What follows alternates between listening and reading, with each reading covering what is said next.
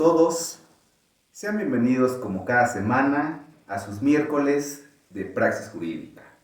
En esta ocasión hemos decidido hablar de la responsabilidad civil o del derecho de daños.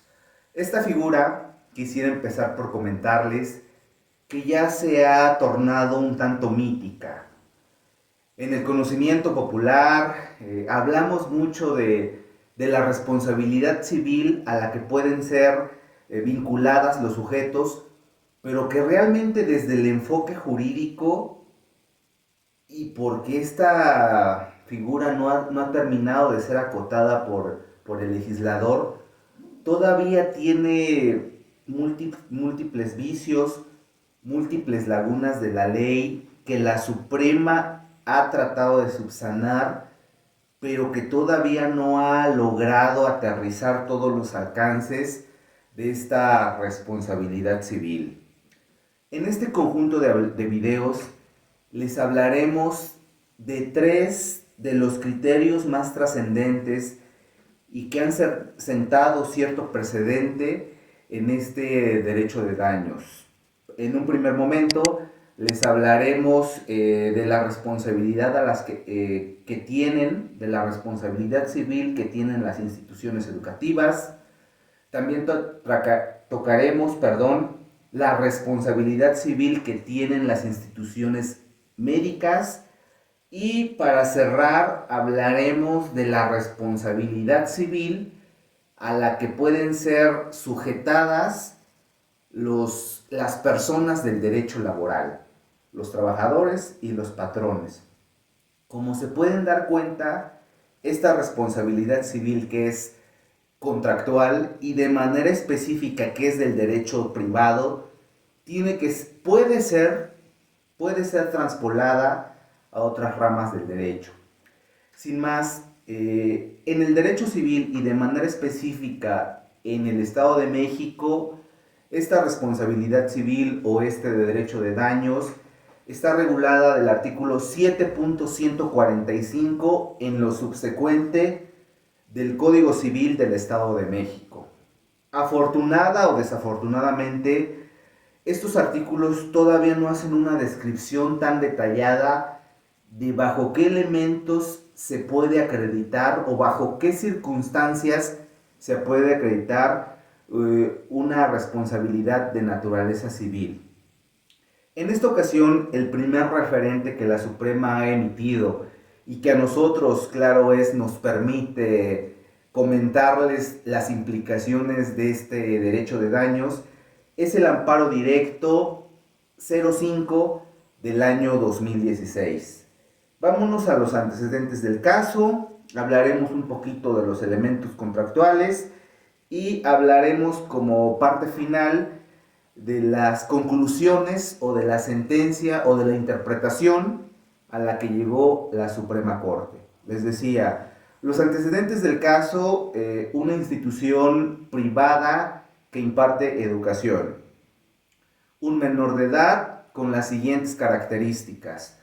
En un primer momento, la madre del menor pagó de manera anticipada ciertos gastos que iba a erogar como consecuencia de la educación de su menor hijo. Pago de útiles escolares, uniforme, inscripción y colegiatura. Es importante comentar que lo pagó por adelantado. Segundo, el menor sufrió 2 accidentes dentro de la institución educativa. En el primero de ellos, un columpio se rompió, el menor sale disparado y tiene algunas lesiones menores. Hay que comentarles porque al final la Suprema lo consideró que en el primer accidente no estaba ningún maestro que supervisara al menor. En el segundo de los incidentes, el menor va caminando, tropieza, choca con una puerta de cristal, la rompe y sufre ciertas lesiones.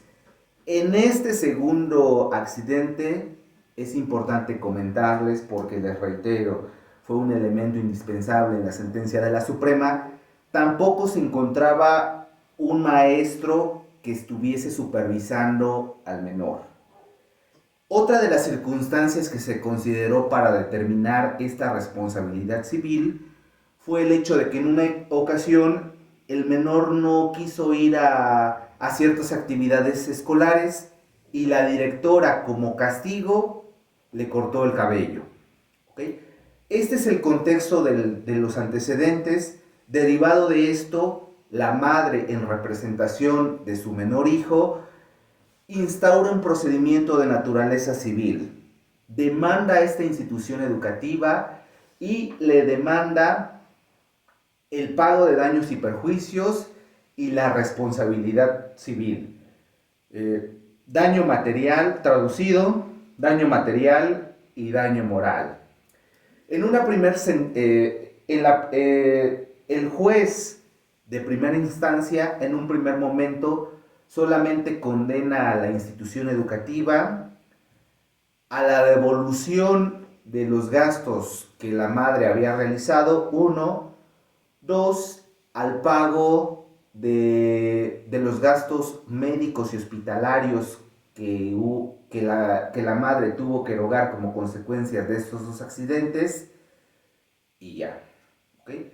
Inconforme con esta sentencia en primera instancia, la madre de la menor continúa con la secuela procesal y es así como se constituye este amparo directo, que es el 5 del año 2016. Para que la Corte o para que la Suprema emitiera su sentencia, tuvo que haber analizado dos tipos de responsabilidad. Parece un poco doctrinal o parece un poco de teoría, pero estos tipos de responsabilidad pueden ser transpolados a los actos civiles que nosotros realicemos en nuestro día con día. Primero, una responsabilidad contractual, lo que en la doctrina se conoce como teoría objetiva. Son las circunstancias que per se pueden generar dentro de la realización de un acto de cualquier naturaleza. Ejemplo, en un ejemplo muy burdo de una responsabilidad contractual, me subo al camión y puede ser que en el primer escalón me tropiece. Es una teoría objetiva. Es algo que pudiera suceder y no sería responsabilidad del contrato per se.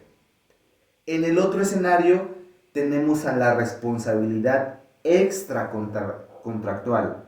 Como su nombre lo indica, la responsabilidad que va más allá del contrato. Y a esto se le conoce dentro de la doctrina como una teoría objetiva. Traducido, son los elementos que se le atañen a las partes que pueden derivar en un daño moral o en un daño patrimonial. Regresemos al ejemplo burdo del camión. Me subo al camión, al urbano, para aquellos que sean de otro estado de la República Mexicana. Me subo al urbano y no me caigo, pero por el exceso de velocidad del conductor, choco, el autobús choca y yo sufro lesiones. Esa es una responsabilidad extracontractual o es una teoría objetiva, porque ahí sí hay un sujeto directamente responsable, que puede ser una persona física o una persona moral. En sentencia, la Suprema consideró tres aspectos. Primero, que en las circunstancias que les narré hace unos momentos, en ninguno de los 12 accidentes se encontró un maestro al menos supervisando al menor. Esto quiere decir que con relación al artículo 3, la institución privada tiene la obligación de educar al menor y de la figura que ya les he hablado, salvaguardar el interés superior de las niñas, los niños y de los adolescentes. Segunda, en uno de los accidentes el columpio se rompió, lo que indicaba que la institución educativa en lo general no le había dado mantenimiento a sus instalaciones. Y tercera, y yo creo que fue una de las circunstancias que más pesó, la corrección disciplinaria que la directora del plantel educativo le hizo al menor. Les comentaba, el niño no quiso realizar una actividad derivada de su educación y la directora, como castigo, le cortó el pelo. La Suprema en sentencia consideró que sí, efectivamente había habido una responsabilidad civil como consecuencia de esta relación contractual, se dio un derecho de daños y lo más importante, se dio la reparación del pago de los daños y de los perjuicios, pero desde un aspecto civil. La sentencia giró en torno a estos ejes. Primero, se le asignó un maestro en línea al menor durante el tiempo que estuvo en recuperación. Segundo, como consecuencia de eso, se le dio el pago de los gastos médicos y el pago de los gastos psicológicos, y no conforme con esto, la Suprema determinó la devolución de los egresos, que había realizado la madre del menor como consecuencia de esta relación educativa, y el pago de una cantidad líquida por el daño moral que había sufrido el menor. Y esa es la reflexión que durante este conjunto de videos vamos a puntualizar. La medición de lo moral. Cómo transformar este aspecto deóntico en un aspecto económico, y no solamente eso, ¿no? En un aspecto líquido. Y lo más importante, la determinación que se tiene que tener. Cómo acreditar que realmente el menor y cualquier otro sujeto, porque esa es la intención, cómo acreditar que los sujetos sufren cierto daño moral en la honorabilidad. Acreditarlo, y lo más importante es transformarlo del aspecto ético, del aspecto moral, del aspecto deóntico a un aspecto económico, y no solamente eso, ¿no? Asignarle un número, asignarle un valor a la moral. Ese sería el argumento abierto que quisiera dejar para este par de programas. Seguiremos hablando sobre la responsabilidad civil o el derecho de daños. Agradecido por la atención de siempre, me despido de ustedes. Licenciado Eber Rafael Galeana Balbuena, Praxis Jurídica, la ciencia del derecho al alcance de todos. Hasta la próxima.